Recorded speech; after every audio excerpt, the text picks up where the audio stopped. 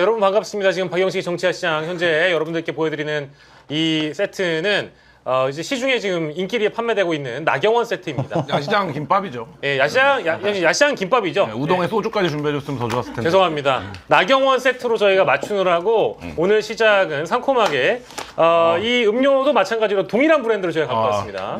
나경원 로텐도홀 숙식 세트 저희가 준비를 해봤고요. 정치화시장은 오늘 여러분들과 함께 우리 게스트 여러분들과 함께 나경원 세트로 이 밤에 야식이들과 함께 하도록 하겠습니다. 자, 오늘 월요일 6월 30일 또 마지막 6월입니다. 6월 마지막 날이기 때문에 올해 여러분들 혹시 계획 세우신 거 절반까지는 왔는지 또 그것도 한번 저희가 좀 점검을 해보면서 오늘은 특별히 세 분과 함께 하겠습니다. 양지열 변호사, 그리고 김한 한겨레 21 기자, 그리고 국민의힘 주진우 의원으로부터 차단을 당했다고 널리 5,500만 대한민국에 알려진 CBS 이정주 기자 모셨습니다. 반갑습니다. 네, 그렇습니다. 우리 이정주 기자님, 이 늦은 밤에 어떤 연유로 또 찾아오시게 됐는지 너무 궁금합니다. 저는 사실 야시장 저희 채널보다 크더라고요. 이거 저희 그 명색이 회사인데 저희 CBS 질문하는 제가 기자라고. 만날 때마다 다 군소 채널에서만 방송을 하다 와요. 그러니까 저희가 한 5만 9천 명밖에 안 되는데 와 이게 한 달밖에 안 되는데 근데 우리 박영식 앵커님이 저랑 또 인연이 깊어요. 맞습니다. 네, 저희 앞전에 바로 망한 채널 드라이브라고. 네, 그때 이제 김민하 평론가랑. 근데 그때 가족과 친지만 봤다는 그 채널. 친주도 안 본 것 같아요. 친주도 안 봐. 가족만 본 것 같은데. 하필은 오후 2시에 편성을 해가지고 오후 2시에 강자한테 물렸죠. 저희는 그 매불쇼랑 뭐 덤빌 생각은 없었어요. 그냥 2시에. 그 강자도 물 생각은 없었던 것 같은데. 아무 신경 없이 그냥 혼자 하다 혼자 죽었는데 그때 우리 박영식 앵커님이 와 진짜 진행도 잘하시고 아유, 아닙니다. 성대모사 아닙니다. 한동훈 아닙니다. 그래서 저희 채널에 동접자 몇 명 안 되는데 그 절반을 담당해 주셨는데 절반을 담당해줬다고. 하시고 나서 망했어요. 제가 결초 보온에 야, 박수 한번 주십시오. 그리고 참고로 또 우리 이정주 기자께서 저희가 북 콘서트를 한번 했어요. 대박원. 장안의 화제인 베스트셀러까지 갔다가 내려온 대박론이라는 책이 있는데 그 책에 북 콘서트까지 또 이정주 기자님이 와주셔가지고 그때 왜 안 오셨습니까? 안 불렀잖아. 아니 왜 그때 안 오셨습니까? 난 그 책이 뭔지도 몰라요. 알겠습니다. 아니 아무도 안 불러놓고 왜 안 하는 거를 어떻게 해? 아니 또 이제 제 발로 또 저희가 냄새 맡고 또 와주셔가지고 이 책이 거의 저희 채널 같은 책이에요. 아니 오늘도 김종대 의원 출연하셨는데 거기 대망론을 올려놓고 계시더라고요. 저는 홍보합니다. 이분이 얼마나 대단한 분이냐면 제가 시사방송 진행하는 기자들이랑 회식을 한 적이 있어요. 만나서 술 먹자. 다 비슷한 또래거든요. 근데 저희가 2차로 순댓국집을 갔는데 갑자기 들어왔어요. 냄새 맡고? 네, 우리가 거기 있는 걸 알고 와, 그래서 아무도 얘기를 안 해주셨다고요? 우리는 잘 모르니까. 미쳤다. 저희 집 앞이에요. 그리고 집 앞이라고. 그럼 그때는 누가 연락을 안 했죠, 안 했죠. 진짜요? 지나가다가 봤대요. 집에 가다가 타고난 기자네. 그래서 우리가 발각된 적이 있다. 잘 안 놓칩니다. 안 놓치는 우리 이정주 기자와 함께 또 아까 처음에 소개해드린 나경원 김밥 세트, 제가 세트와 함께 몇 개 먹었는데 맛있습니다. 그러니까 이게 웰빙이거든요. 쌀이 웰빙 숙식, 웰빙 캠핑, 웰빙 김밥 세트와 함께하는 6월 말일 정치화시장 함께하도록 하겠습니다. 자, 근데 이게 뭐 사실은 먹으면서 자유롭게 하셔도 되는데 그 주진우 의원 취재는 어떻게 좀 되어가고 있습니까? 우리 독성 간염 논란. 제가 그러니까 자칭 타칭 제가 주진우 의원 담당 일진이거든요. 사람들이 잘 모르는데.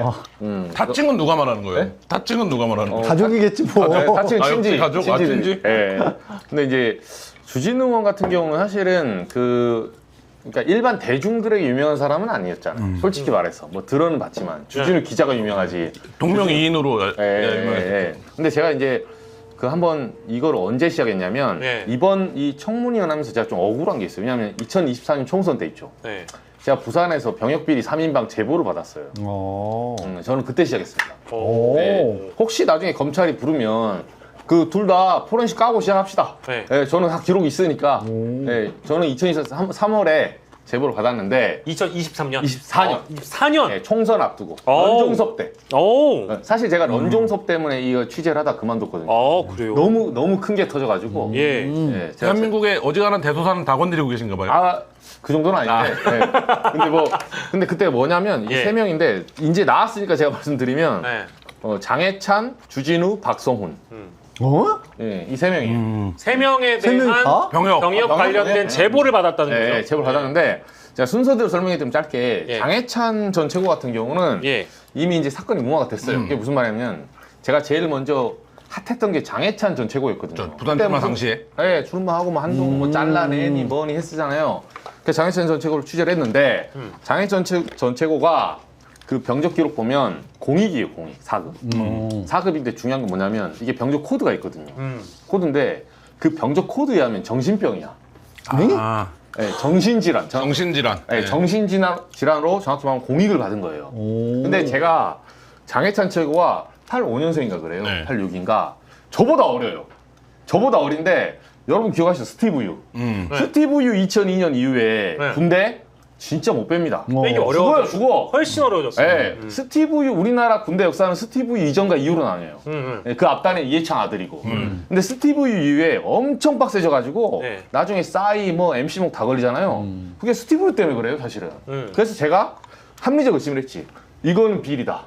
네. 어떻게 스티브 유 이후에 네. 정신질환으로 공인을 가냐. 네. 나는 못 믿는다. 네. 저 취재를 했죠. 네. 알고 봤더니 나중에 그 결론적으로 말하면 장희찬 전 최고가 기자회견했어. 사실이라고. 아. 그러니까 우울증인가? 뭐 할 수 있죠. 예. 병역 코드. 약을 이제 뭐 먹었다고 이게 자기 기자회견했어요. 아. 네, 근데 사실 그 기자회견 만든 사람이 접니다. 아. 제가 왜냐면 취재를 해가지고 마지막에 확실하죠. 물어봤지. 아. 왜냐면 병명표도가 개인 정보거든. 네. 네, 그래서 제가 어쨌든 이 부분에 대해서 그게 경계성 지능 장애인지 뭔지 알 수가 없어요, 저는. 네. 네, 그래서 네. 마지막으로 물어봤어요. 네. 내가 이거 4급이 받는데 취재를 다 했는데 병무청하고 했는데 이게 불가능하다고 하더라. 근데 혹시 그래도 선출직이니까 네. 마지막 해명 기회를 주겠다. 네네네. 그러니까 자기가 기자회견 한다고 기다려달라고 하더라고. 아, 그래서 기자회견을 한 거구나. 그렇죠. 그럼 제가 근데 또 막상 선출직인데 본인 하겠다는데 제가 뭐 저희가 뭐 예. 대단한 뭐 한다고 예. 상대방의 뭐 못에 가슴에 대못 박을 이유는 없잖아요. 예. 듣고 안 맞으면 보도하면 되니까 예. 했는데 다음날 자기가 기자회견 열어가지고 관용까지. 그래가지고 장희찬 처지가 불발탄으로 날아갔어요. 예, 그거는 이제 네. 확인이 됐고. 네, 해결됐고 두 번째가 주진우 의원이었거든요. 아. 제가 그래서 이제 주진우 의원을 취재를 하다가 결론적으로 엎어졌는데 마지막으로 박성훈 의원은 근시예요, 근시. 근시로 5급 전시 근로역을 받거든요. 예. 그 뭐 아시겠지만 5급 전시 근로역은 전시만 끌려가는 거예요. 예. 전시만 끌려간다는 말은 무슨 말이냐면 우리나라는 전쟁 나면 어차피 민방위도 끌려가요. 사실상 면제예요. 예. 네, 근데 박성훈과 주진우는 대통령실 들어갈 때 예. 기획비서관, 네. 법률비서관이었기 때문에 예. 둘 다 그 관보에 병역 사항을 무조건 내게 돼 있거든요. 그렇죠. 공제해야 네, 되고. 그래서- 고제해야 되죠. 네, 이쪽이 이제 하나는 근시 하나는 이제 간염 예. 이렇게 나왔는데 급성간염. 네, 제가 그 주진우 의원의 제보는 이제 한마디로 이제 받다가 했는데 예? 그 사례는 어떤 사례냐면 예. 이게 94년도, 95년도에 네. 그러니까 제가 받은 구체적인 내용은 이런 거예요. 그 해에 9495학번 혹시 사람들 주변에 물어보시면 알겠는데 그 간염으로 소위 말해서 5급 받은 사람이 꽤 많습니다.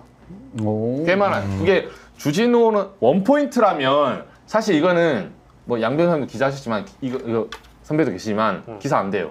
그냥 원포인트라면 그럴 수 있거든. 네. 그럴 수 있는 거예요. 네. 병역 비리가 꼭 이 사람한테만 원포인트로 작용한다? 오히려 그건 좀 이상한 기사예요. 근데 여러 명에게 동시다발적으로 있었다. 여러 명의 경험자가 있고 사람들이 들은 말이 많다, 제보가. 네. 그런 가능성이 높거든요. 그러면 지금 이제 거기까지는 취재가 된 거잖아요. 그죠? 그래서 네. 이제 제가 나머지는 이제 뭐 좀 기다려 주시면 제가 기사. 아, 그래요? 아, 그럼 더 없어요? 에? 더 없어요?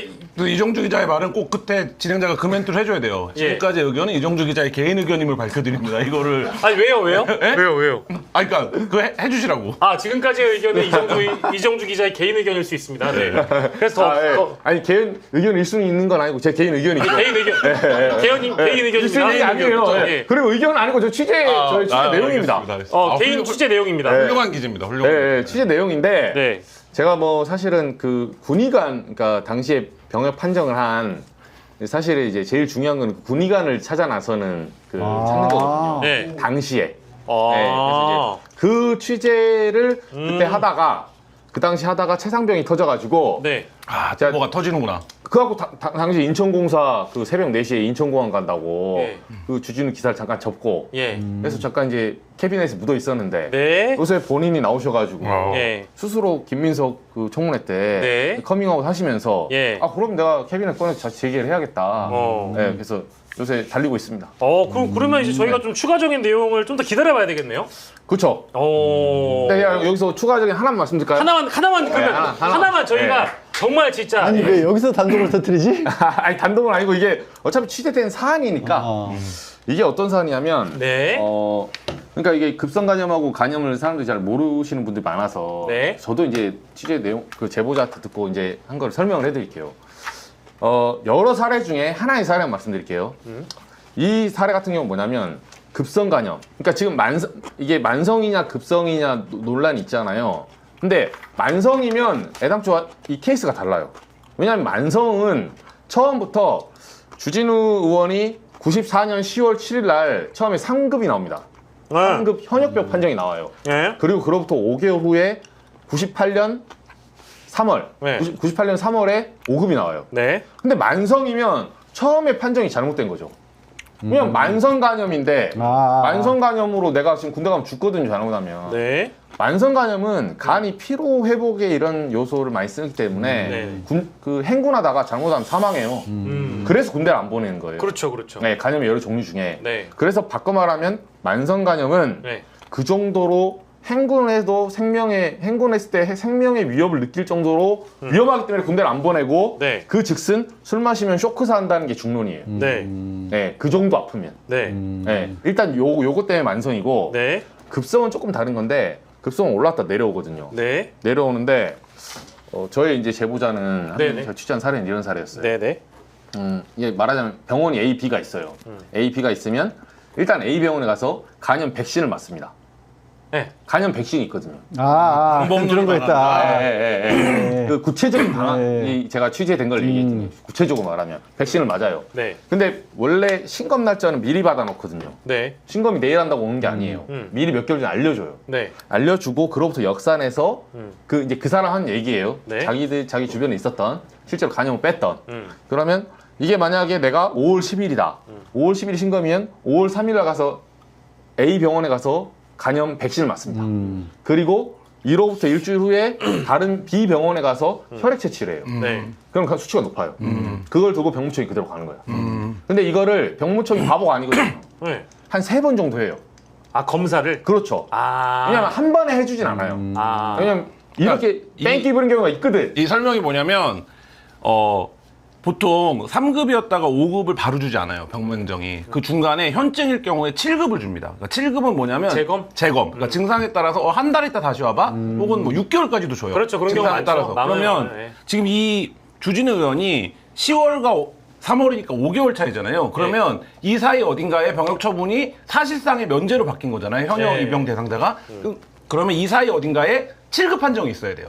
그러면 주진우 의원이 어떻게 설명을 하더라도 프로토콜적으로는 문제가 없다. 근데 지금 주진우 의원이 이렇게 논란이 되는데도 이 중간 단계에 7급 판정을 받은 적이 있다는 얘기를 안 하고 있어요. 그러니까 그게 지금 말하자면 병무행정을 대한민국 남자들이 거의 대부분 알잖아요. 그러니까 이 병무행정에서 가장 이제 기본적으로 첫 번째로 납득이 안 가는, 그러니까 어떻게 10월 달에는 현역 3급이었는데 그 5개월 후에 간염으로 바로 면제가 될 수 있느냐. 그럼 보통 그때 급성 간염 그 염증 수치 굉장히 높아도 7급을 주거든요. 한 달 있다 다시 오라고 한다. 그러니까 이제 원 쿠션이 사라진 거죠. 그렇죠. 사라지고 갑자기 면제가 된 네, 거예요. 일반적으로는 이 정도, 그러니까 급성 간염 같은 경우에 한 3번까지 갑니다. 7급이. 그래서 예를 들면 오케이. 뭐 그런 과정입니다. 아니 근데 아. 지금도 만성이라서 32년째 치료받고 그쵸, 있다고 아산병원에서. 하는데 문제는 그때 당시 검사 임용 기준에는 만성감이면 또 임용을 못하게 그렇죠. 되니까. 그러니까 이게 문제가 강득구 의원이 말했던 대로 A로 가나 B로 가나 외통수에 걸리게 돼요, 이게.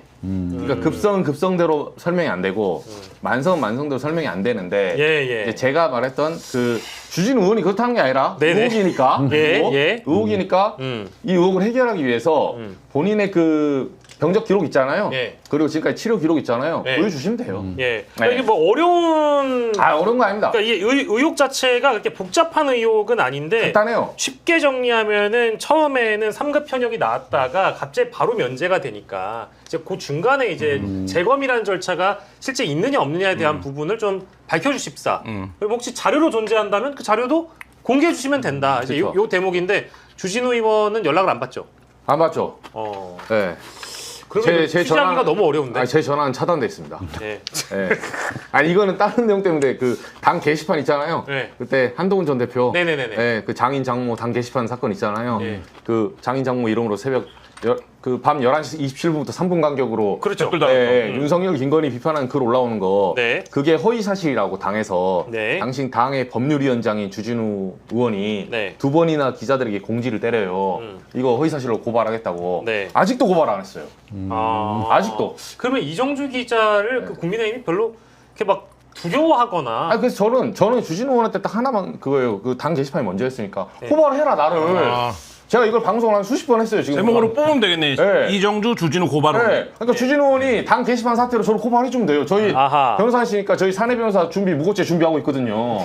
네, 저 바로 들어가려고. 무고 대비까지 하고 있으니까 네. 빨리 이정주 저는 기자를 자신이 있어요. 고소를 해주시면 대단히 감사하겠습니다. 국민의힘께서도 이제 요 방송 보고 계실 테니까 예, 오늘 이 열심히 설명을 해주시긴 했는데 추가적인 취재가 나오면 저희가 또 이제 말씀드리기로 하고 만약에 전화를 안 받으시면 후배 기자가 또 하셔도 되고 다른 분이 연락을 해도 되잖아요. 아까 저희 후배는 받더라고요. 전화 안 받고. 예. 저희 후배는 받고. 그럼 뭐라고 혹시 응답이 옵니까?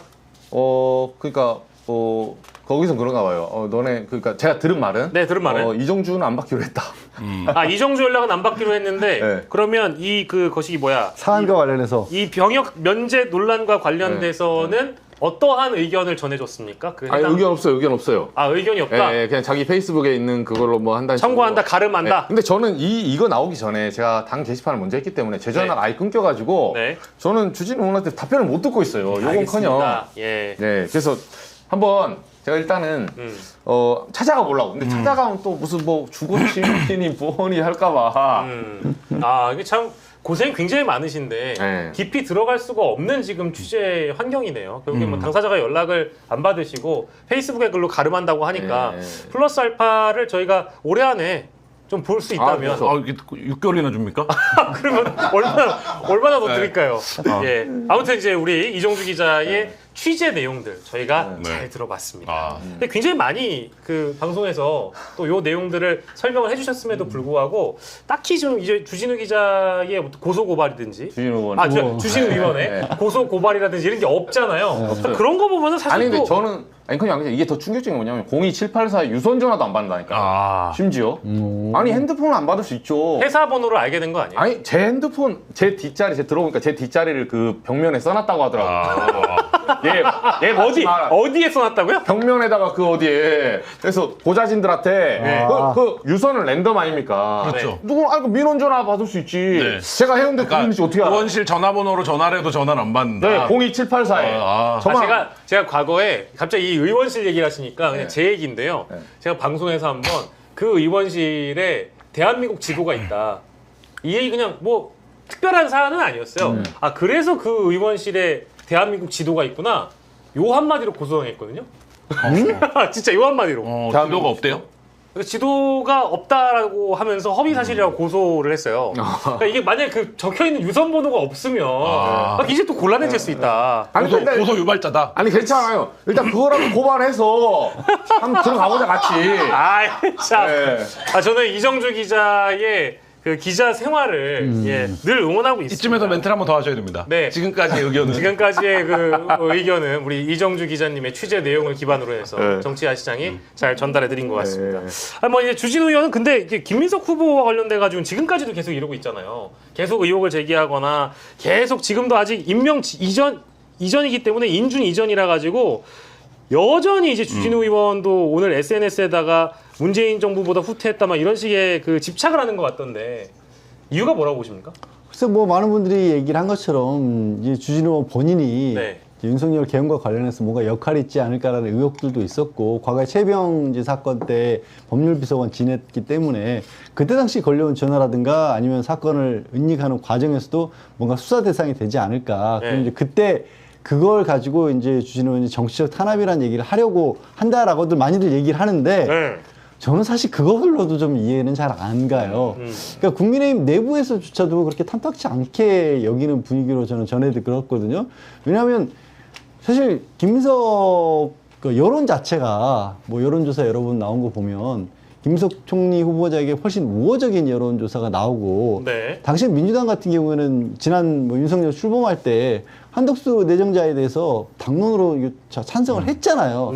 그럼 내란 종식하겠다고 나선 어떻게 보면 정권에 대해서 내란 종식에 가장 큰 책임이 있는 내란과 가장 큰 책임이 있는 윤석열과 가까운 걸로 알려진 주진우 의원이 나서 저러니까 국민의힘 입장에서는 이게 덮었으면 좋을 얘기가 계속 나오는 거잖아요. 그렇죠. 그러니까 오히려 좋지 않은 상황을 주진우 의원이 끌고 가고 있어서 정치적 감각도 없는 것 같고 한편으로는 그냥 그래서 저는 생각 드는 게 검사 출신이고 검사 출신 검찰이 있었을 때 해왔던 행태 중에 하나가 특수부 검사들이 여러 개를 막 벌려놓고 그 중에 하나라도 나오면 결국 유죄 맞지 않느냐 내가 찍은 게 맞지 않냐라고 얘기를 하면서 그리고 반론을 당해본 적이 없잖아요.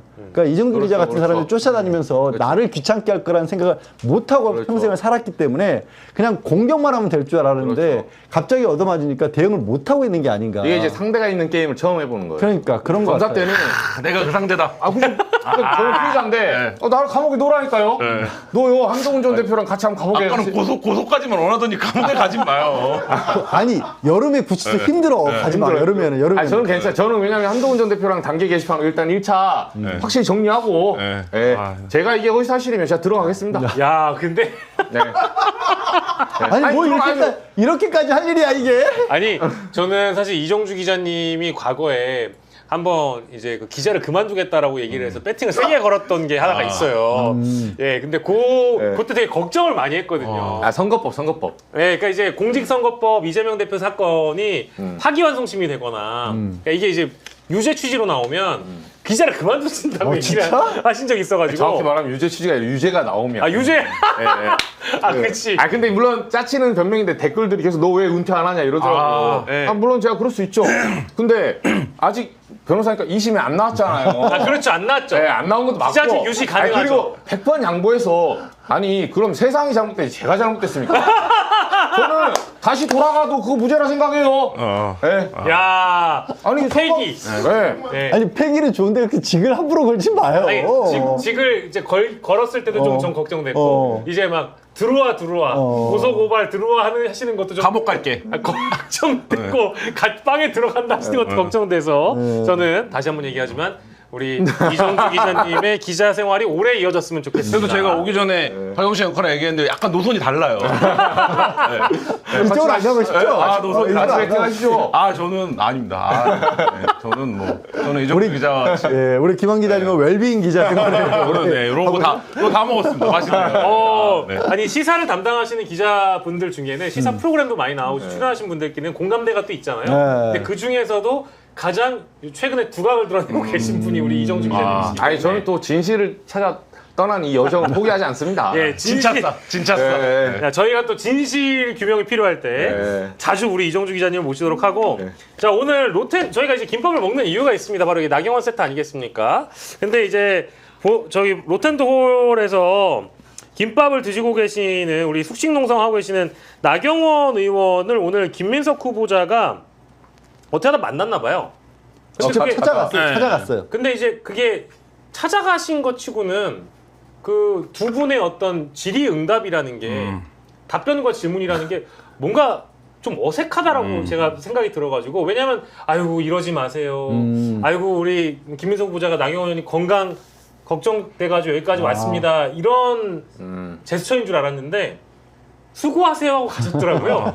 왜 이러고 계세요? 아니 전혀 위험하지 않고 심지어 어떻게 보면 쾌적하고 저 어제 자는데 정말 힘들었거든요. 더워서 근데 저기는 대리석이라 집에서 에어컨을 껐다 켰다 저기는 시원하고 저 누가 보면 광고 이미지인 줄 알아요. 진짜 저 왼쪽 사진은 좀 좀 심했어요. 네, 저거는 저렇게 해맑은 표정으로 캐주얼한 복장에 저 텐트도 굉장히 좀 좋아 보이는 텐트라고 하더라고요. 아, 그래요? 네, 누가 보면 광고 사진인 줄 알지. 저걸 누가 막 결연한 의지로 내가 나의 의사를 관철시키기 위해서 하는 투쟁이다. 네. 이런 느낌이 전혀 안 들고 저 두 번째 사진을 나경원 의원이 직접 찍어서 올린 거 아닙니까? 네. 자기 에세이. 저는 이거는 이 행위를 하는 거에 대해서 내가 어떻게 공부하겠다라는 감각이 전혀 없는 거죠. 그러니까 저거를 찍어서 올리는 게 자기 기준에서는 내가 이렇게 김밥 한 줄 먹으면서 고생하고 있어요. 이런 이미지인지 모르겠지만 구글에 뭐 노숙투쟁 단식 농성 이런 것만 이미지만 찾아봐도 이미지 전략을 어떻게 가져가야 되는지를 알 수 있는데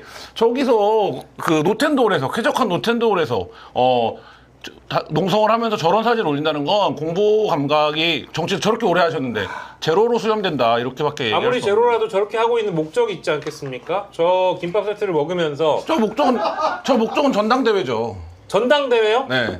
저 목적은 저 김밥 사진을 올리는 순간 저는 김민석 의원에 대한 투쟁의 의미는 상실했다고 봅니다. 그쵸. 네, 그래서 오늘 김민석 의원도 만약에 저 투쟁이 중진 나경원이 결혼하기 이렇게까지 하고 있는데 김민석이 찾아가서 고개도 숙이고 이렇게 해야지라는 여론으로 받쳐졌으면 네. 아마 김민석 후보도 오늘 저렇게 하지 않았을 거예요. 근데 누가 보더라도 저 사진을 보고 오죽하면 같은 당 안에서도 비판이 나오는 거 아닙니까? 그렇죠. 그러니까 이게 보여주기식 정치라는 비판이 나왔는데 보여준 것도 잘못됐다. 네. 그러니까 저는 뭘 보여주려고 한 건지를 잘 모르겠어요. 드는 생각이 뭐 진지한 얘기는 김한 기자가 다 했으니까 네. 엉뚱하게도 나경원 의원이 그동안 김건희한테 사진에 밀려서 한이 많이 맺혔었나? 왜 이쁜 척은 제가 다 하고 다니지? 라는 생각을 했었나? 동시에 지난 겨울에 윤석열 그 한남동 가가지고 몹쓸 사진 많이 찍혀가지고 쌩얼 나오고 그래가지고 나 사실은 이렇게 관리하고 멀쩡한 둘 중에 누가 더 예뻐? 뭐 이러고 있는 거 아닌가 싶어요. 그러니까요. 이게 김민석 후보자 가가지고 단식하는 건 아니시죠? 이렇게 했는데 단식을 왜 해요? 이러셨다는 거예요. 단식을 안 한다는 거지. 그리고 한편으로는 저거는요. 진짜 아까 잠깐 김원 기자가 얘기한 것처럼 네. 진짜 심각한 일로 자기 주장을 관철시키기 위해서 진짜 농성하는 사람들에 대한 모욕이에요. 그렇죠. 모욕감을 느낄 수. 지금 뭐 고공에서 농성하시는 분들이 계시고요. 하다못해 저 지금 국회 앞에도 있죠. 엄청 많죠. 몇 달째 몇 년째 텐트 쳐놓고 거기서 정말 힘들게 생활하시는 분들이 있거든요. 저 하얀 와이셔츠에 저 고급 시계에 저렇게 해맑게 웃는 모습을 저러니까 국민의힘 지지율이 뚝뚝뚝 떨어지는 거예요. 솔직히 뭐 인정하지 않을 수 없는 건 왼쪽 사진은 잘 나왔네요. 그걸 잘 나왔다고 해주면 그러니까. 계속 저러고 찍는다 이제. 그러니까 사진 잘 나온 거 인정하는데 목적과 취지에 맞지 않는 코스프레인 것 같다. 그건 명백한 거 같고. 그래서 저 사진 저게 요새 유행하는 컷이잖아요. 어떤 컷이요? 셀카로 찍는 거지만 남이 찍어준 것 같은 컷. 아하. 그런 거예요? 네, 저에서 뭔가 자연스럽게 남이 내가 뭘 하고 있는데 찍어준 것 같지만 저걸 누가 봐도 연출 사진 아닙니까? 아니 저 정도가 나오려면요 수백 장 찍어야 돼요. 표정 자연스럽게 나오려면. 그리고 솔직히 죄송한데 이거 김밥 세트 우리 제작진이랑 뭐 이게 하나에 얼마입니까? 6,500원입니다. 6,500원짜리. 비싼 근데 거네요. 싼 거는 아니네요 이게 또. 저희가 맛있게 먹고는 있는데 밥알이 많이 없고요. 중간에 이제 야채가 많기 때문에 사실상 웰빙 김밥이다 말씀드리면서 음료까지 포함한 7,000원짜리 세트인데. 이거 음료가 500원 넘죠. 1,500원 하죠. 그러면 뭐 8,500원. 8,000원. 8,000원짜리 세트를 먹으면서 로텐도홀에 텐트 쳐놓고 시원하게 주무신다는 게 김민석 후보자의 사퇴를 원하는 분의 그런 뭐랄까 정치인으로서의 농성? 집회? 1인 집회? 이거라고 비춰지진 않는 것 같아서 어쨌든 김종혁 전 최고예요. 전 최고위원 이제 요 분이 페이스북에 굉장히 길게 비판했는데 네. 말이 아파요. 막 아픈 비판이니까 요거는 그냥 넘어가도록 하고 우리 또 국민의힘 또 잘 아시잖아요. 우리 이정주 기자께서 네. 나경원 의원이 전당대회 나가려고 저러고 있다라고 하면 나가면 승산이 있습니까? 그러니까 지금은 그러니까 집단 지도 체제, 소위 말해서 네. 그러니까 아무나 주인인 그런 약간 난장판 전당대회를 좀 생각하고 있더라고요. 그러니까 n분의 1. 원래 당대표가 한 명의 힘을 가져야 되는데 네. 지금 그거를 파토 내고 이제 집단으로 들어갈 때 내가 포함될 수 있다. 근데 지금 후보군이 어차피 한동훈, 김문수, 나경원, 안철수 여기 4명이에요.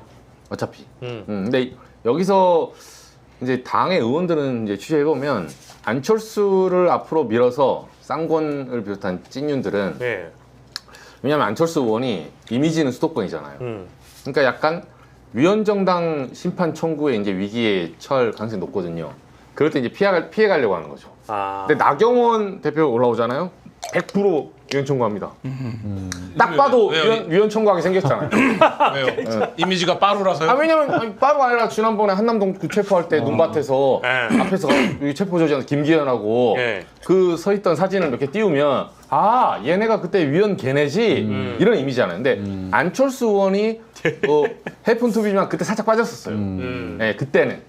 그래서 약간 이제 수명 연장하려고 하는 거고 나머지 의원들이 올라오면 위헌정당 들어갑니다 이제. 그래도 또 나경원 의원이 믿는 구석이 있을 수 있다. 뭐 뭘 믿어요? 아니 뭐 이제 본인의 미모? 아니 다선 중진으로서의 본인의 영향력 스스로를 믿고 있다는 거죠. 스스로를? 다른 게 아니고 스스로를 믿고 있기 때문에 이제 이런 코스프레를 하는 거 아닌가.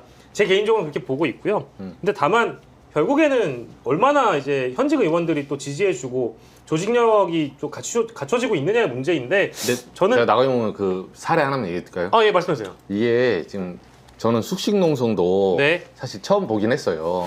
네. 근데 제가 이 국민의힘 쪽 새누리당 때부터 10년 출입했거든요. 근데 숙식농성은 진짜 처음 보고 예전에 뭐가 있었냐면 2020년에 그 총선 직전에 코로나 때 황교안 전 대표 있죠. 그때 삭발한 거 기억나세요? 네, 지소미아 뭐 있어가지고 청와대 앞에서 삭발하고 이제 했잖아요. 당대표 사퇴 안 하려고. 그때 이제 의원들 사이에 어떤 얘기가 있었냐면 나경원 저 당시 의원이 원내대표였어요. 그래서 나경원 전 원내대표와 황교안 대표가 사이가 엄청 안 좋거든요. 둘이 연단 올라가면 누가 먼저 올라가는지 시작해서 뭐 그때 장애 집회 많이 했잖아요. 그래서 막 조국 사태 이유니까 그렇게 하다가 의원들이 그 사퇴를 안 하려고 황교안 전 대표가 단식하면서 청와대 앞에 분수대서 이 삭발하고 단식합니다. 8일 만에 병원 가거든요. 그때 이제 모 의원이 이랬어요. 근데 나 대표도 삭발 혹시 같이 해? 그러니까 나경원 의원한테 삭발하자 그랬어요? 그래서 나경원 단칼에 거죠. 그럼요. 그건 단칼에. 여성 정치인한테는 쉽지 않죠. 이현주는 했잖아요. 사람마다 캐릭터가 다른데 쉽지 않지만 한 사람도 있거든요. 이현주는 남자입니까? 한마디. 이현주가 남자입니까? 아니요. 이현주 의원이 여성인데도 결기를 보이고 한 거예요. 결기가 없다. 나름. 근데 나경원 의원이 여태까지 정치 여정에서 한 번도 결기를 보인 적은 없어요, 사실. 저것도 결기라고 또 나름 본인은 판단할 거예요. 그러니까 그때 황교안 그때 대표도 그때 단식한 텐트가 무슨 황제 텐트라고 완전히 크게 정말 차려놓고 있어서 저 당의 전통인가 봐요. 저렇게 하는 게. 저희가 뭐 또 사실은 이렇게 숙식농성 하시는 분의 얘기를 길게 할 건 아니었는데 중요한 얘기가 뒤에 또 많아가지고 이 정도로만 할 텐데 어쨌든 이정주 피셜 나경원 결기 없음 이렇게 좀 정리하겠습니다. 자, 이정주 이게 양조열 변호사님이랑 저랑 둘이 할 때는 밤 10시에 음악방송 같은 시사였는데 이정주 기자가 오니까 굉장히 좀 아슬아슬해지네요. 그거를 지금 우리 제작진 분들께서 노렸을지 모르겠습니다. 본인이 감옥 가겠다는 사람 앞에서 무슨 얘기를 해요? 그러면 저는 10시 35분에 빠지겠습니다. 위험해요. 아니에요. 자, 특검 저는 얘기. 지금도 기다리고 있어요. 고발해주세요. 단계 게이트. 자, 특검 얘기로 넘어가겠습니다. 특검은 좀 더 세 분 다 하실 말씀이 많으실 것 같은데. 자, 윤석열 일단 완전히 고집을 부리고 있죠. 완전 똥꼬집을 부리고 있다고 저는 개인적으로 보는데 일단은 특검이 내일 오전 9시에 안 나오면 날짜를 재지정한다. 근데 그때도 안 나오면 진짜 마지막 조치하겠다라고 이미 엄포를 놨어요. 근데 윤석열이 아프다, 몸이 안 좋다라고 반복적으로 얘기를 하고 있습니다. 7월 3일 이후로 계속적으로 잡아달라고 요구하고 있는 상황이라 미뤄 짐작컨대 내일 오전 9시에는 안 나올 것 같아요. 그거는 뭐 안 나올 것 같아요. 지금 양쪽 상황을 봤을 때는 안 나오는 것 자체가 뭐 문제라고 봅니다만은 내일 안 나가면 바로 체포영장 칠 수 없잖아요. 이미 뱉은 말이 있기 때문에. 그러면 이렇게 정리를 해보겠습니다. 내일 윤석열이 안 나온다. 뭐 세 분 다 동의하실 것 같고 안 나오면 기일은 언제, 그러니까 조사 일정은 언제로 재지정할 것 같습니까? 4일날 지정을 할 것 같아요. 근데 그거는 좀 너무 끌려다니는 거 아닌가요? 아니, 왜냐면 3일날은 재판이 있는 걸로 알고 있거든요. 네, 재판이 있고 특검부가 발표를 하기로는 그때 체포영장 플러스 다음 절차까지도 고민을 하겠다라고 했고 다음 절차는 결국은 체포영장 다음은 구속이니까 바로 구속영장을 청구할 수도 있다라는 얘기고 지금 저는 이게 뭐 어깃장이라든가 이런 게 아니라 아프다 이런 게 아니라 그냥 마지막 순간까지 발악하는 것 같아요. 윤석열은 아마도 첫날 조사받는 과정에 5시간밖에 안 됐다고 하지만 그날 구속 가능성이 굉장히 크다는 걸 알았을 거예요. 하하. 네, 그래서 그 조서에도 서명 안 하고 네. 조서 서명 안 했고 또 오늘까지도 이어진 뉴스를 보면 그 국무회의 밤 그날 밤 자체를 지금 특검에서 아예 재구성을 하고 그렇죠. 있고 그리고 국무회의 없었는데도 불구하고 5분밖에 안 됐던 걸 국무회의로서 거짓말로 나중에 네. 서류라도 꾸미려 했다는 얘기까지 오늘 나왔거든요. 이것들이 어디서 나왔겠어? 기자들 얘기 앉아있지만 결국 특검 쪽에서 다 흘러나왔다고 보는 게 그렇죠. 가능성이 높잖아. 네. 그럼 다 푸는 거예요. 이제 윤석열이 이걸 봤어. 네. 윤석열도 아 특검이 이거 준비하고 있구나. 그리고 이 수사 방해와 관련된 부분, 경찰 체포 방해한 거 네네. 이것도 생각지도 못했던 걸 다 있어. 그거 변호사들도 봤단 말이에요. 네. 그럼 이제는 남은 거는 최대한 시간 벌고 마지막에 이걸 어떻게 할지 고민하다가 다음번에 아마 나오긴 나올 거예요. 4일이든 5일이든. 4일이든 5일이든 그렇잖아. 지금 주차장 못 간다 그랬다가 만차 딱 막아놓으니까 나오잖아요. 어쩔 수 없이. 근데 그때 와도 구속이고 늦게 와도 구속이고. 근데 이 시간이 윤석열이 원하는 대로 수사가 지연이 되거나 자꾸 이제 이 하루하루가 까먹어가는 거는 이건 사실 국민들이 바라보기가 어려운 일 아닌가요? 보기 굉장히 답답한 상황이긴 맞죠. 그리고 근데 저는 뭐 한 일주일 앞으로 오늘부터 한 일주일 정도가 분기점이라고 보는데 특검이 이거를 2번, 3번 끌려다니진 않을 겁니다. 근데 그렇기 때문에 어쨌든 윤석열 입장에서는 매번 이거 내가 할 때마다 협의해야지 이렇게 나이브하게 생각하고 있을지 모르겠으나 네네. 특검이 만약에 이게 안 되면 영장을 칠 거예요. 그러니까 영장을 칠 수밖에 없는 상황이고 그 영장을 치는 것까지 익히는 과정, 그러니까 무르익는 과정이 필요할 뿐이지 예. 저는 뭐 어제 첫 번째 조사에서도 그렇고 지금 오늘자로 외환과 관련된 구체적 혐의들이 나오기 시작하지 않습니까? 네. 근데 이 전까지는 외환과 관련해서는 조사를 한 적이 없어요. 특별히 뭐 군 관계자들한테 노출되지 않은 조사가 어떤 게 있었는지 모르겠지만 그러면 이거는 특검 입장에서는 새롭게 말하자면 발견된 혐의가 나온 거 아닙니까? 혐의점이. 네. 그리고 이거는 굉장히 위험하잖아요. 그러니까 네. 그렇다라고 하면 뭐 어떤 방식이 그걸로 하든 그다음에 체포 방해한 거에서도 지금 오전에 충격을 받았다는 얘기가 나오는 거는 네. 구체적인 증거를 들이밀었으니까 충격을 받았을 거잖아요. 근데- 부인하기가 어려우니까. 그러니까 지금 방금 말씀하신 그 구체적인 증거라는 게 그건 뭔지 좀 궁금하긴 하거든요. 구체적인 증거라는 건 어떤 거를 이야기를 하는 걸까요? 지금 언론에 알려진 게 부승찬 의원이 먼저 부승찬 의원을 통해서 MBC 보도? MBC 보도가 있었잖아요. 예. 뭐 박수 치면서 기뻐했다라고 황당한 예. 얘기도 했었고 네. 오늘 또 박선원 의원도 기자회견 네, 가져가지고 그 드론 사령관이 직접 지시를 했다라는 그런 내용까지 입수를 했잖아요. 예. 이런 진술들 증언들이 확보가 돼 있는데 다른 게 아니라 이게 증언이라는 얘기는 윤석열이 밖에 있으면 증거인멸할 수 있다라는 얘기랑 바로 이어져요.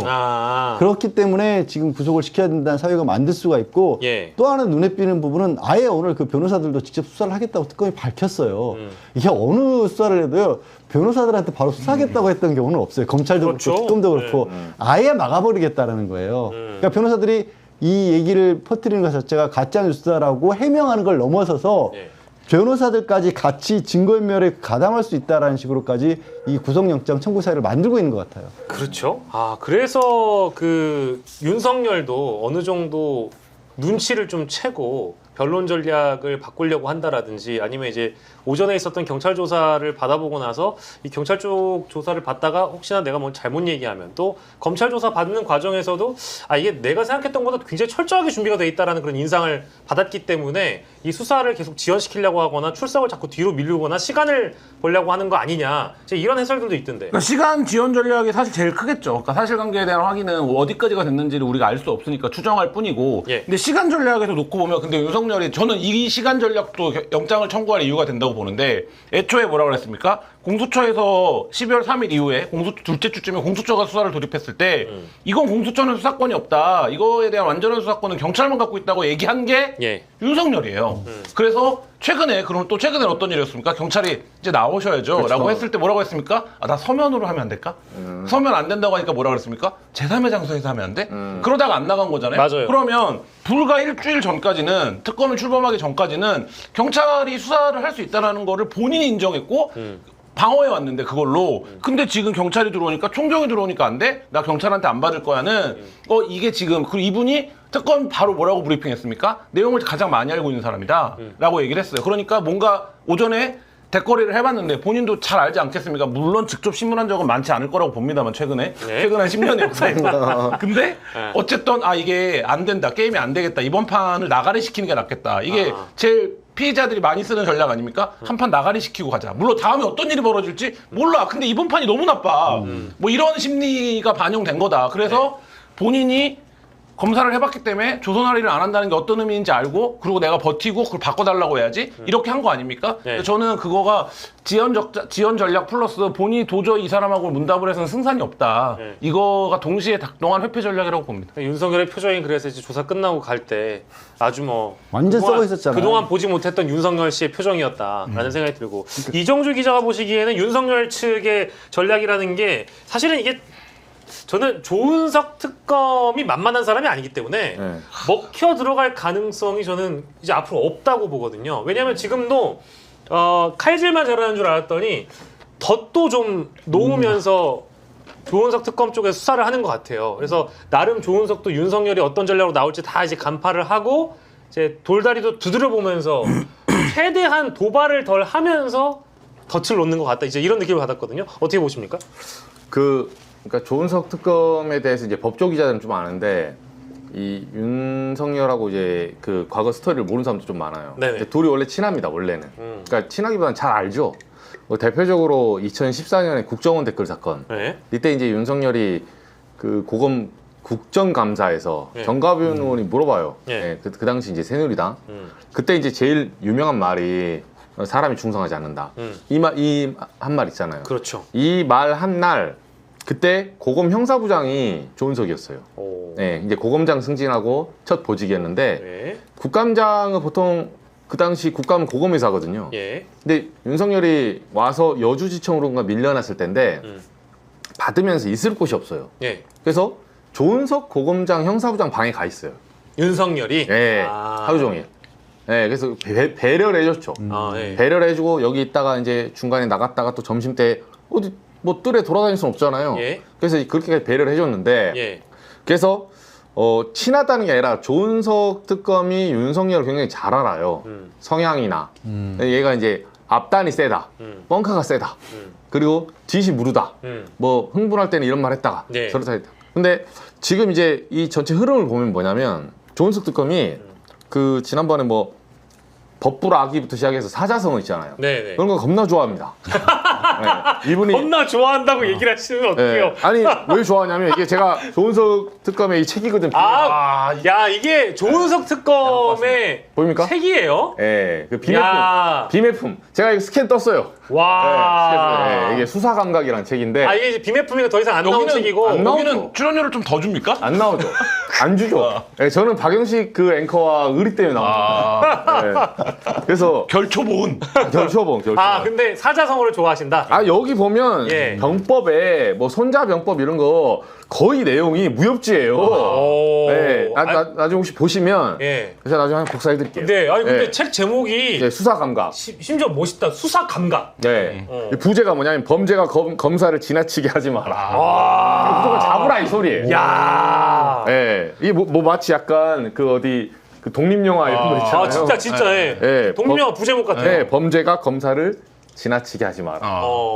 요게 저 표지에 검찰 표지가 있는 걸로 봐서는 네. 검찰청 내부, 내부 자료. 그러니까 일반 네. 저기 교육 자료 공개된 네. 자료가 이게 아니라 법무연수원 자료예요. 아. 그래서 후배 검사들 교육시키기 위해서 2019년에 법무연수원에 쓰신 거거든요. 이게 400페이지. 제가 3회도 가고 갔습니다. 이 방송 나올 때. 와 삼회독을 네. 여기 정치 야시장을 위해서. 인덱스 보이시죠? 인덱스. 네. 야. 3회도 간 거 치고 많이 붙이진 않았는데. 그렇죠. 나머지는 비슷한 말이에요. 네. 근데 제가 여기서 나온 구 중 하나만 소개해드리면 아 구조를 소개해 주십시오. 네, 뭐가 있냐면 네. 이분이 그러니까 여기 말 중에 제가 개인적으로 감명 깊었던 게 윽박 지르고 협박해서 나중에 그 피의자를 마지막에 구속까지 몰고 가는 거. 네. 그게 하지하의 수사 방식이라고 해요. 이게 가장 좋지 않은 방식이라고 아, 그러면 하수다. 그렇죠. 그러니까 윤석열은 하수다. 아니, 그러니까 그렇죠. 윤석열은 아니 그 완전 핫바리 이거 끝났고 자기가 윤석열을 아는데 너 죄 지었지. 너 그때 내한테 국무회의 회의록 없지. 너 그때 전화했지. 너 비아폰 지었지. 이런 식으로 윽박 지르고 그 사람한테 몰고 가서 막 너 했지. 어디 건달 깡패처럼 그렇게 고문하듯이 이렇게 하면 안 된다는 거예요. 그래서 이 수사 감각의 핵심 내용을 제가 한 줄로 요약드리면 이 사람이 마음을 보듬어라 이런 소리를 해요. 마음을 보듬어. 그럼 조특검이 윤석열 마음을 보듬고 있는 건 아닐 것 같은데. 근데 그거는 이제 보통 일반 수사기법에서 많이 하는 표현으로 요즘 말로는 라포 형성. 라포 형성을 한다. 그렇죠. 그러니까 자백을 하게 만들려고 하는 거고 너 이미 막혔으니까 너 입 열래 안 열래 이 방식이거든요. 근데 여기 주로 보면 이게 이 400페이지 관통하는 딱 괴가 하나예요. 결국은 사람은 자신의 생각대로 움직인다는 거예요. 인간은 누구나 자신의 생각대로 움직이기 때문에 그 생각을 조종하는 게 제일 중요해요. 그래서 윤석열에게 제가 추론컨대. 추론컨대. 저희 오늘 이제 이 기사 오늘 저희 11시에 법조팀장 박정환 기자가 쓴 거. 이거 기사 단독 썼잖아요. 갑자기 바뀌었다고. 이거 총경하다가 점심 때 바뀌었다고. 네, 제가 이것도 취재를 해봤지만 추론컨대 이렇게 했을 것 같아요. 대강 이제 퍼즐 맞춰보면 윤석열에게 조은석 특검은 이 진술을 처음에 수사 들어가서 그 박창환 총장 비롯해서 질문지를 몇 개 던져요. 그래서 윤석열에게 마음껏 얘기를 하게 했을 거예요 아마. 그날 12월 3일 날 뭐 7시에 뭐 했죠. 국민의원 모였다고 하니까. 모일 때 송미령도 있었고 김문수는 안 왔죠. 뭐 이런 식으로 있는 걸 스무스하게 이제 확인하는 거예요. 확인하다가 당연히 비아폰은 안 쓰신 거죠. 이렇게 쭉 해놓고 마지막에 근데 통신기록 보니까 비아폰 썼네. 이렇게. 그러니까 윤석열의 마음을 움직이려면 윤석열이 마음껏 떠들게 해줘야 돼요. 윤석열 자체가 야, 입 닫아, 닥쳐 막 이런다고 먹힐 사람이 아니라니까요. 그래서 조은석은 누구보다 제가 볼 때 조특검이 윤석열의 캐릭터에 있어서 정확하게 아는 사람이라고 생각을 해요. 그래서 수사의 방식이 우리가 생각했던 거랑 좀 다를 수 있겠구나. 그렇죠. 그러니까 윤석열의 그 머리에 있는 매핑을 다 읽고 나서 몇 개를 던져가지고 얘가 분명히 이 윤석열이라는 사람이 내가 예전에 같이 일해보니까 분명히 이렇게 대답하는 성향이 있더라. 그 앞에서도 말하잖아요. 뭐 707 특임에도 자기는 지시 안 했다고 대놓고 언제 나와서 말하잖아요. 윤석열 그런 스타일이거든. 그 공수처에 처음 출두를 했었을 때 조사를 체포돼가지고 갔었을 때도 보통은 이제 진술을 거부했다라고만 알려져 있는데 그때도 윤석열이 말은 참 많이 했다라고 하거든요. 그러니까 물어보는 거는 대답을 안 하고 조사는 거부하는데 엉뚱한 얘기를 계속 풀어놨다는 거고 지금 이제 이 기자의 추측은 아예 그거를 계산을 해서 활용을 했다. 네 마음대로 한번 떠들어 봐라. 그렇죠. 라고 생각을 했는데 그 말의 방향이라고 하는 게 그렇죠. 여태까지 헌재에서 했던 얘기도 있고 법원에서 재판받는 과정에서 주장했던 부분도 있기 때문에 사실은 뻔한 얘기니까 그렇죠. 글로 가는 데마다 이렇게 딱딱 마지막에 덫을 놓고 했다가 이쪽으로 왔어? 그럼 이것 꺼내. 이쪽으로 왔어? 여기 찌롱 이랬을 것 같다. 뭐 그럴듯한 추측이네요. 오늘 이제 이상민 나라살림연구소 연구원이 페이스북에 올린 글인데 본인이 이제 최순실 특검 때 이들이 예산을 어떻게 해먹는가를 특검이 좀 설명해달라 그래서 예산 전문가들을 불러서 설명을 한번 해달라고 해서 몇 번 간 적이 있다는 거예요. 그때 이제 윤석열이 처음 이제 외부 전문가들이 왔으니까 얘기를 좀 자기를 들어보겠다고 해서 왔는데 혼자서 다 떠들었다는 거예요. 혼자서 다 떠들고 나서 전문가들한테 이제 예산 관련된 사항을 분석하러 온 전문가들한테 그런데 이 수사의 목적이 뭔지 아십니까? 그랬다는 거예요. 갑자기. 그래서 그랬더니 우리는 박근혜랑 이재용을 구속시킬 겁니다. 이랬다는 거예요. 그래서 본인이 검사들은 수사를 이렇게 하나 보다. 그러니까 예를 들면 증거로 입증이 돼서 이거가 되는 게 아니라 이미 이제 딱 시작을 할 때 우리는 박근혜랑 이재용을 구속시키겠다라는 목적을 정해놓고 접근을 하는구나 라는 생각을 그때 처음 이제 생각을 했다는 건데 이제 사실 지금 이제 얘기한 걸 제가 보충하기 위해서 이 얘기를 꺼낸 건데 그게 윤석열의 방식인 거죠. 그러니까 예를 들면 윤석열과 조은석이 같이 특수부를 했다라고 해서 똑같다라고 얘기를 하지만 수사 방법에 접근하는 게 사람마다 컬러가 다르고 여러 가지 접근법이 다를 텐데 말하자면 윤석열은 그런 방식의 수사. 그러니까 예를 들면 그래서 그거를 통해서 금융은 복현이가 하고 공범은 복현이가 하고. 잘하시네. 성대모사 이쪽인데 원래 원조가. 그 금융은 복현이가 하고 누구는 누가 하고. 그래서 뭐 이렇게 숫자가 많냐? 복현이를 불러. 알아 안 듣네. 이런 거죠. 하여튼 거기는 그런 유고 조은석 검사는 네. 저희가 이제 올해 조은석 검사랑 교분이 있고 이런 선배들 얘기도 그런 방식의 접근을 하는 검사는 아니다. 아, 그러니까 윤석열의 이른바 토끼머리식이라고 한다라는 거였고, 그쵸. 예. 그래서 조은석 특검이 유명했던 게 되게 이제 대한민국에는 기소하면 네. 유죄율이 거의 95% 96% 되거든요. 근데 그나마 5% 6% 되고 무죄율이 나오는 것들도 상당 부분이 특수부수사에서 나와요. 아. 그런 강압식 수사를 하다 보면 나중에 반드시 탈이 나는 경우가 있는데 조은석 특검이 검사 시절에 무죄율이 거의 0%였다는 거예요. 그 얘기가 지금 이제 이 기자가 설명해 준 것처럼 실제로 그 사람의 진심을 끌어내면 예. 나중에 가서도 이게 뭐 탈날 리 없는 수사를 했다라는 거죠. 훨씬 더 고수인 셈인 거죠. 야, 그러면 이제 조은석 특검이라는 분이 이제 이 어려운, 어찌 보면 어려운 인간 같지 않은 존재긴 하지만 어려운 피의자 윤석열을 상대로 그 마음을 잘 끌어낼 수 있는지는 우리가 좀 지켜보도록 하고, 그래서 지금 이 조사 일정 자체는 일단 내일은 넘어가고 뭐 그 이후에 이제 벌어질 가능성이 높습니다. 영장은 아직 청구가 안 될 것 같고요. 그리고 왜 오늘 요즘에 한겨레가 일을 굉장히 열심히 합니다. 그 한덕수 총리 보도도 오늘 저녁에 나왔던데요. 한덕수 총리가 그 김용현 전 국방부 장관의 서명, 한덕수 전 국무총리와 김용현 국방부 장관의 서명을 받았다. 즉 계엄 선포문을 사후에 받았다. 사후에 받았다라는 것도 한겨레가 보도를 그렇죠, 했는데, 한겨레. 그리고 한겨레가 보도한 내용을 또 추가적으로 또 설명을 해드리면, 이게 한덕수라는 사람이 대선 후보까지 왔던 사람이잖아요. 이런 걸 보면 굉장히 좀 어이가 없는 이런 인간을 어쨌든 대선 후보까지 옹립시키려고 했던 국민의힘도 공범이지 않느냐라는 지적이 이제 뒤따르고 있는 것이고, 요거는 뭐 추가적으로 저희가 따로 설명은 안 드리겠습니다. 왜냐하면 뒤에 조금 더 다룰 주제가 남아 있어서. 한겨레 보도니까 추가적으로 하실 말씀? 그러니까 이게 그 한덕수가 왜 갑자기 그렇게 공무원만 40년, 50년 한 사람이 대선에 나오려고 하냐, 계엄과의 강한 연관성이 있는 거 아니냐, 확인되지 않아, 이렇게 했는데 이거는 사실 빠져나가기가 좀 어렵죠. 그러니까 예를 들면 서명이 있으니까. 예, 사후에 서명하는 거가 다 그냥 그 자체로 위법이다, 불법이다 이렇게 얘기할 수는 아직 없겠지만, 어쨌든 이 절차상의 완결성을 만들어주기 위해 본인이 적극적으로 역할을 하는 게 확인된 거 아닙니까? 그렇다라고 하면 이 계엄과 연관성에서 이제 빠져나가기는 어렵게 됐다. 나중에 또 이제 이거를 교정하려고 네. 했다라는 거 아니겠어요? 그렇죠. 그리고 파기했다는 본인도 거예요. 위법성을 인지한 거죠. 그래서 네. 없었던 일로 하자라는 제안까지 했다는 거 아닙니까? 예, 이거 이제 지금 점점 더 이 내란의 내막들이 추가적인 단독 보도가 많이 나오면서 퍼즐이 맞춰지고 있다라는 거를 여러분들이 알아주셨으면 좋겠습니다. 한덕수 전 국무총리 권한대행은 이제 뭐 거의 빼박 켄트라고, 우리 또 조은석 특검이 좋아하는 사자성어로 네. 빼박 켄트가 될 수 있겠죠. 그리고 마지막으로 이거 사실 김건희, 오늘 방송의 마지막은 사실 인사 관련된 얘기도 짧게 할 거기 때문에 요 특검 얘기의 마지막은 김건희 특검인데, 이정주 기자가 김건희 특검 관련돼 가지고 취재하고 있는 건이 있다고 그래가지고 네. 요것도 또 준비하셨다는데, 이 출연료가 저희가 동일하게 지급이 되는 걸로 알고 있는데. 괜찮습니다. 예. 네. 저는 김밥 하나 더 드실래요? 괜찮습니다. 김밥이라도? 이 음료수도 출연료 8,000원 더 주는 겁니까? 마음을 다 드리는 겁니다. 괜찮습니다. 저는 박영식 우리 앵커를 위해서.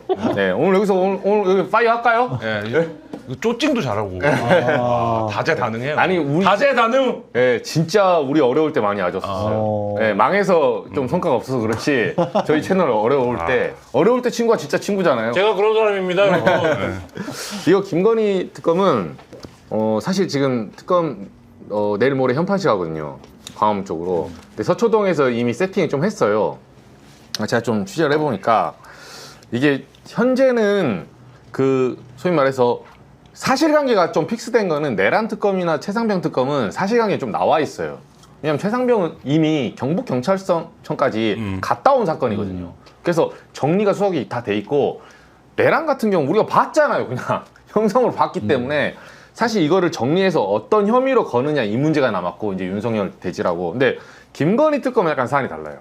이건 완벽하게 정확히 말하면 꼬리에서 몸통을 그려내야 되는 그런 상황이죠. 네. 근데 현재 이제 16개 혐의로 들어가 있는데 그중에 3개는 이제 인지수사니까 13개죠, 정확하게는. 섹터는 13개인데 여기서 제가 주목했던 건 뭐냐면 이원모. 예, 이원모 대통령실 비서관했던 사람. 예. 그리고 원래- 술만 했다가 안 돼서 다시 들어가. 그렇죠. 원래 이제 윤석열의 그 검사 밑에 3인방이 네. 한동훈, 이원모, 주진우예요.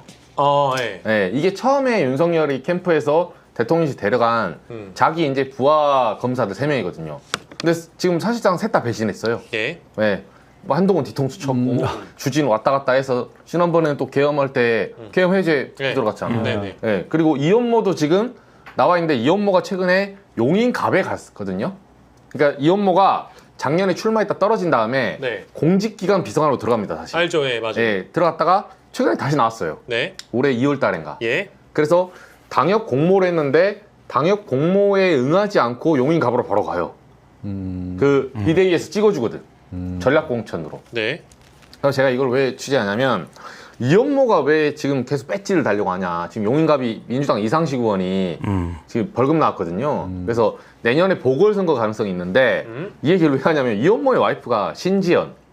그때 공군 1호기 기억나시죠? 네. 민간인 나토 갈 때 예, 탑승했던 예. 당사자죠? 예, 그 굳이 말하면 이재명 대통령 시기로 보면 요맘때예요.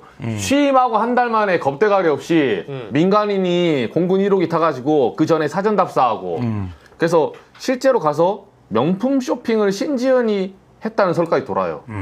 결제를. 결제를? 물건은 김건희 거고. 네. 이건 이제 소문이 돈다는 얘기죠? 그쵸, 그쵸. 네. 네. 요거 개인 의견 왜? 아니, 김한 기자님 왜 웃으세요? 개인 의견 밝혀야지. 아니, 설이 있다는 거지. 설이 있다는 거죠. 네, 소문이 있다라는 네. 거지. 혹시 나중에 특검 수사 나오면 제가 성지방송 한 겁니다. 아니, 사실로서 단정하지 않습니다. 네. 어쨌든 뭐 소문이 성지 방송이 있는데. 될지 감옥 방송이 될지 알겠습니다. 예. 네. 그 설이 돌기 때문에 네. 지금 신지연에 대한 이 설 때문에 그 인지수사 쪽에서 정보도 많이 모으고 있고 근데 이거는 이미 그때 나토 방문할 때도 이게 자생한방병원 그 이사장의 딸이잖아요. 그렇죠. 예, 그래서 여기에 지금 퍼뜨려 있는 소위 말해서 민간인이 소위 말해서 공직에 개입하고 이혼모를 브릿지 타고 들어와서 네. 1호기 타고 민간인이 지금 농단하고 이런 거는 당시에도 우리가 아는 이 범주는 굉장히 빙산 일각이에요. 네. 그래서 요거는 사실은 그 뭐 계좌나 네. 또는 여권 이런 거 자료로 추적하잖아요. 네. 다 나와요. 이건 자료 쫙 보면 나오는 겁니다, 사실은. 오. 그 날짜별로 쫙쫙 보면 나와요, 그냥. 네. 어차피 그걸 조작할 수는 없기 때문에. 네. 그래서 제가 이제 보는 건 뭐냐면 이 자생한방병원에서 예? 이 계엄 전에 예? 계엄 전에 어떤 행동까지 했냐면 한방병원 원래 건강보험 첩약이 건강보험 해당이 안 돼요. 그래서 한의사와 양방병원이 늘 싸우는 거거든. 예? 근데 이 첩약 중에 천수근이라고 있거든요. 천수근이라고 자생한방병원이 만든 거예요. 만든 약. 예, 예. 그 약제만 건보에 적용되는 게 딱 원포인트 올라와가지고 복지위에서 그게 한번 의원이 갖고 와서 논란이 된 적이 있었어요. 여러분 기억도 안 나시죠? 통과된 건 아니고 국회로 갖고 왔다는 얘기죠? 네. 아니 그걸로 받아 먹었어요 몇 번. 예? 근데 액수가 적어요. 액수가 천수근을 많이 안 먹기 때문에 자생한방병원이 찍어준 그 약제 5개인가 조합이 있어요. 그거만 채택이 돼가지고 건보를 받았는데 네. 그때 저 서영석 의원인가? 네. 그분이 복지에서 한번 이거를 몇 번 쳤거든요. 쳤는데 사람들이 이혼모와 여기까지 연결하기 너무 힘들잖아요. 때까지. 제가 지금 말해도 한 5분 걸리잖아요. 그렇죠. 예. 그러다 보니까 이게 그 문제인지 인식을 못한 거예요. 예. 그러니까 한마디로 말하면 김건희와 윤석열 브릿지로 해서 자생한방병원에서 받는 거죠. 건보료 세금을 빼먹으려고 작전을 짠 거예요. 이게 그 의혹의 핵심이에요. 이게. 천수근에 대해서만 근데 그게 천수근이 그렇게 들어가서 사람들이 거긴 건강보험 적용된다고 해서 그쪽으로 찾게 되면 그렇죠. 자연스럽게 가서 그 약만 먹는 게 아니잖아요. 입원도 하고 그렇죠. 다른 치료도 받고 될 수 있잖아요. 네. 그 통로 역할을 할 수도 있다라는 네. 취지의 주장인 것 그렇죠. 같아요. 예. 그리고 같아요. 현재 단계는 그러니까 그때는 5억인가 3억밖에 안 했거든요. 네. 그러니까 이거는 물꼬를 트는 게 중요하지 처음부터 막 1,000억 이렇게 해먹지 않습니다. 처음에 이게 구멍을 뚫어가지고 예. 되나 안 되나 보려고 하는 거예요, 사실. 자, 그러면 이제 그림을 제가 다시 정리를 해보면 네. 자생 이사장의 딸의 남편이 이원모. 사위죠, 그러니까. 예, 이원모는 또 윤석열의 뭐 3인방 중에 하나. 그렇죠. 이제 그 사람에 대해서 어쨌든 윤석열의 애정이 있다 보니까 어떤 형태로든 이원모에게 많이 좀 챙겨주고 싶은데 그 틈을 비집고 들어가서 자생 쪽에 해당되는 로비를 시도해 보려고 했다. 그렇죠. 자생의 관철이 됐다. 보험에는 네. 로비를 시도했고 시대표 일정 부분 성공한 거예요. 성공했다라는 이야기군요. 네. 와우.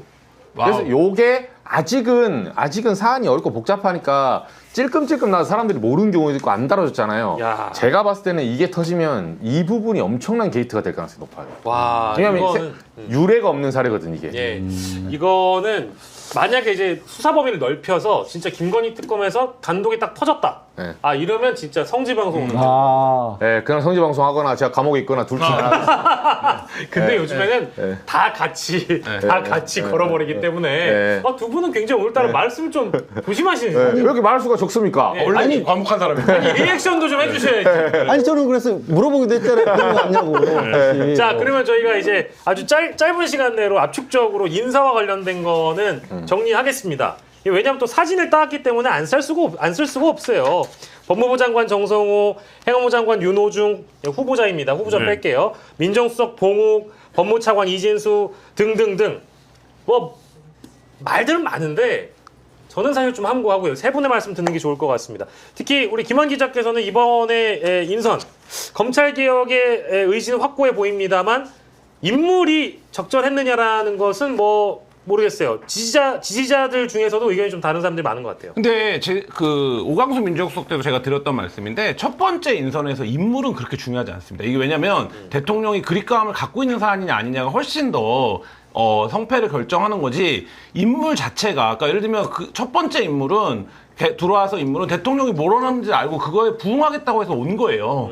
그렇기 때문에 뭐 오늘 조국 전 그 장관이 뭐 그런 글도 남겼던데 검찰 개혁하겠다고 찾아오는 검사 출신들을 조심해야 된다. 예. 그러니까 왜 우려를 하는지는 우리가 모두 다 알죠. 아는데 그때에 비해서 지금은 이 사안에 대한 그립감 훨씬 높고 또 한 가지 달라진 점은 조국 장관이 검찰 개혁을 하겠다라고 했을 때는 이미 임기가 상당 부분 지나서 그 이슈 자체에 대한 피로감이 굉장히 높을 때였어요. 근데 지금은 사실 그렇지 않다는 점에서 물론 봉욱 또 새로운 이름이 아니고 네. 그다음에 이제 법무부 장관 정성호도 예를 들면 뭐 지금 이제 국민의힘에서는 뭐 측근 인사다, 좌장 인사다 뭐 이런 얘기를 하지만 예. 사실 이 조합으로 우리가 검찰개혁 이거를 하는 예. 말하자면 스텝 조직처럼 보는 게 맞을 것 같다. 지금 국면에서는. 예. 그러니까 예를 들면 지금 국면에서 대통령보다도 검찰개혁에 의지가 있는 법무부 장관이나 민정수석을 뽑을 수는 없는 거거든요. 그렇죠. 뭐 그 문제에서 놓고 보면 본인이 그립감을 발휘할 수 있는 이 사안에 대해서 그런 인사가 아닌가 싶습니다.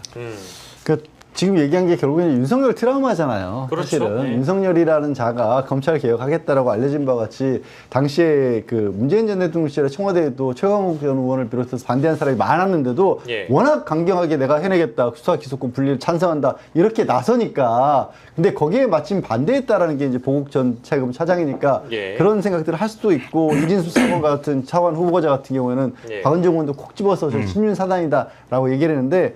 두 가지를 어쩔 수 없이 생각해야 될 부분이 있어요. 첫 번째는 예.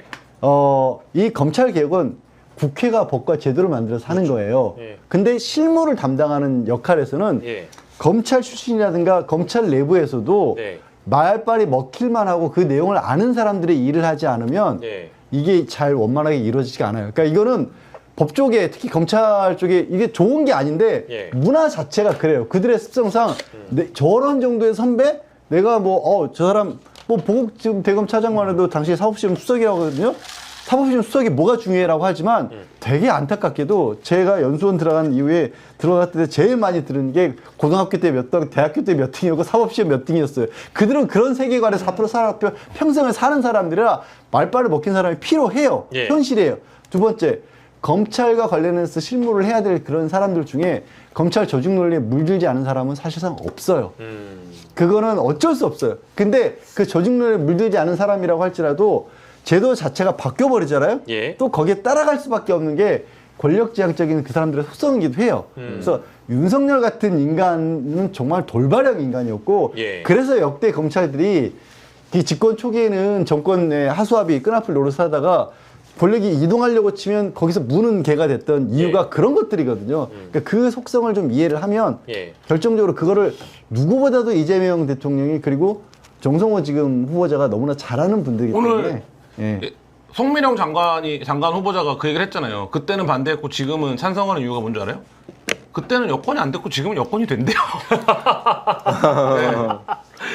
아니 우습지만 저게 현실이에요. 네, 현실은 현실이네. 네. 현실은 현실이라는 판단은 좀 들고 뭐 강유정 대변인도 이제 그 주로 이제 여권 쪽에서도 많이 언급이 되는 이제 야권이라고 하지만 민주당과 이제 입장을 같이 했던 조국혁신당이나 이제 외부에 계시는 뭐 법조인들 뭐 방송하시는 많은 이제 그 관계자분들께서도 봉욱 민정수석이나 이진수 법무부 차관 이런 분들을 많이 언급을 하시니까 인사검증 통해서 검찰개혁의 적절성을 확인했다라고는 발표는 됐습니다만 그래도 조금 이제 뭐 과거 심우정 검찰총장의 즉시항고 포기와 관련돼서 이 법무부 차관도 자유로울 수 없는 거 아니냐 이제 이런 지적을 하시는 분들도 계십니다. 하지만 인사검증이 뭐 그렇게 간단한 건 아니어가지고 예.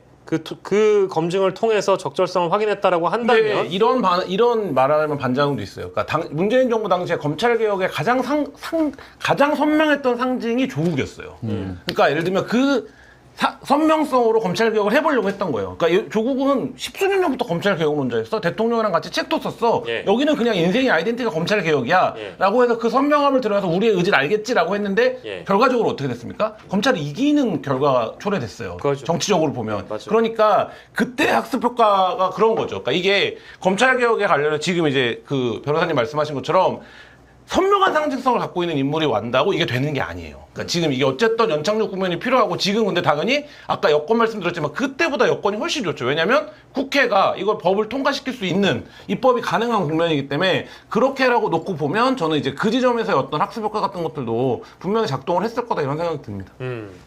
좋습니다. 그리고 이제 정성호 법무부 장관이나 행안부 윤호중 장관은 이제 5선의 국회의원들이고 또 이분들이 이 부처를 장악을 잘 해서 휘하 있는 공무원들을 그립감을 가지고 잘 장악을 하면 실제 대통령의 국정 철학이 뿌리까지 잘 내려갈 수 있는 그런 토대가 마련될 거다라고 믿고 있는 것 같아요. 믿고 있기 때문에 정성호 의원이나 윤호중 의원을 간택해서 지명을 한 것 같은데 정성호 의원의 팔뚝은 왜 그런 것일까요? 여의도 엄청나죠. 여의도 3대 몸짱 아닙니까? 3대 몸짱인가요? 3대 몸짱. 두 명은 누구예요? 김상호, 김상호. 김재섭. 거기 약간 김재섭. 이소룡 스타일이죠. 김재섭. 네, 김재섭은 보디빌더 스타일이죠. 네. 김재섭은 피트니스에서 만난 적 있어요. 진짜요? 어마어마하더구먼. 어마어마하죠. 네. 예. 저는 실제로 네. 알고 있습니다. 근데 저 우리 정성호 의원의 저 서울대 팔뚝은- 역도부. 서울대 역도부. 네, 역도부. 제가 지금 정확히 기억이 안 나는데 그 역도부 동아리 사무실에 구호가 써 있는 그 구호 그 슬로건에 완전 마음을 뺏겼다. 현대인의 가슴에 원신의 힘을. 맞아. 네. 뭐라고요? 현대인의 가슴에 원신의 힘을. 현대인의 가슴에 원시인의 힘을 그거에 반해서. 굉장히 심장이 갑자기 파워 펌핑되는 느낌이. 아니 그러니까 정성호 의원이 운동권이셨는데 예. 집회에 나가면 예. 항상 밀렸다라는 거예요. 그래서 힘을 좀 키우고 싶었는데 역도부 그 간판을 보고 들어가셨다는 거예요. 야, 저 팔뚝에 그런 비밀이 아니 근데 있군요. 저 장난 아닌 게 예. 저희가 정성호하고 이제 예전에 오찬 해보잖아요. 예. 근데 정성호는 평소에 정장을 많이 입기 때문에 예. 저렇게 반팔이나 티나는 걸 잘 안 입어요. 예. 예. 제가 보니까 여의도에서도 꼭 몸 안 좋은 놈들이 좀 깔짝깔짝 헬스하고 이런 사람들이 있지. 정성호는 웬만하면 잘 안 하는데 예. 저분이 그러니까 남자 기자들한테 옆에 앉으면 농담으로 예. 뭐 운동하냐면서 자기 허벅지 만져보고 진짜 남 기자들만 있을 때 그게 술 한잔 하면서 야 너네도 예. 운동 좀 해라 이러면서 이제 굉장히 젠틀하신 분이거든요. 만져 벽돌이 벽돌. 그리고 하체도 좋으시구나. 그러니까 이게 저 왜냐면 역도가 하체로 하는 건데. 그쵸. 저게 사람들이 몰라서 그런데 제가 그래서 얘기를 들어봤거든요. 예. 역도부가 뭐냐면 그 이분이 역도를 아까 시작한 거는 그게 맞는데 서울대 다닐 때부터 고시 공부할 때도 계속 역도를 했는데 예. 역도는 그 우리 몸의 근육의 80%가 그 둔부랑 허벅지에 몰려 있어요. 그래서 역도를 해서 하체를 기르잖아요. 상체가 같이 올라와요. 그래서 원래 그 남자들 중에 상체 키우기 위해서 상체 하는 사람도 있잖아요. 네. 그거 실링이 정확해요. 더 이상 안 올라갑니다. 근데 하체를 키우면 상체가 같이 올라오거든요. 아니 뭐 모르시는 게 없어요? 아 저요? 예. 이거는 감옥 가는 거 아니죠? 네. 저는 보통 감옥 아이템만 제가 다루기 때문에 감옥 가서 하체를 해요. 같이 할까요? 조국 대표가 잘하고. 정봉주 의원이 상체 위주로 하고 나왔으니까.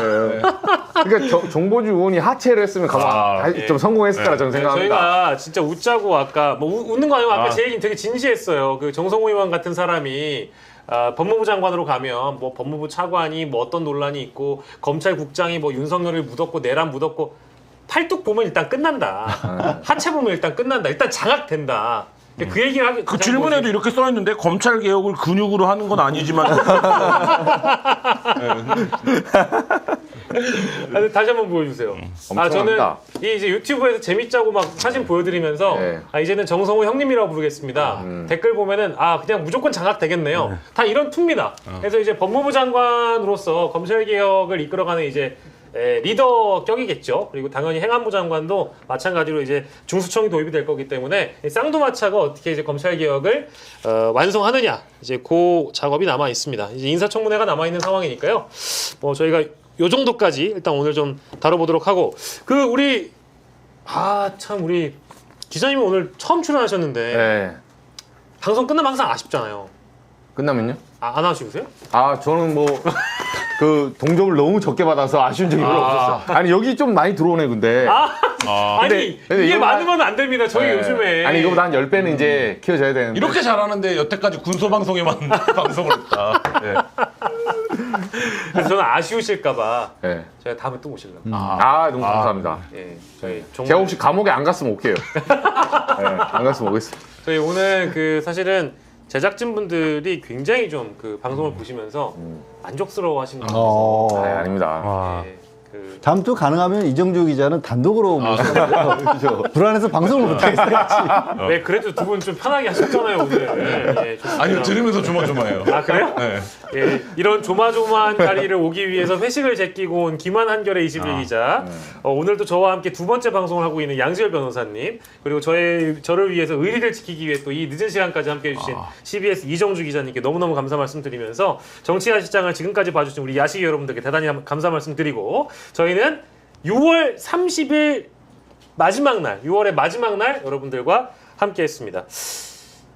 제가 또 2025년을 이렇게 돌이켜 보니까 새해 목표가 윤석열 벗어나기였는데 벗어났더라고요. 세 분의 또 새해 목표가 아마 있으실 것 같은데 또 내일부터는 절반의 그 어떤 성과를 달성했다면 연말까지 목표 완성하시는 한 해가 되시길 바라겠습니다. 자, 양지열 변호사, 김한 기자, 이정주 기자와 함께했고요. 저희는 내일 밤 10시에 다시 돌아오겠습니다. 여러분 고맙습니다. 감사합니다.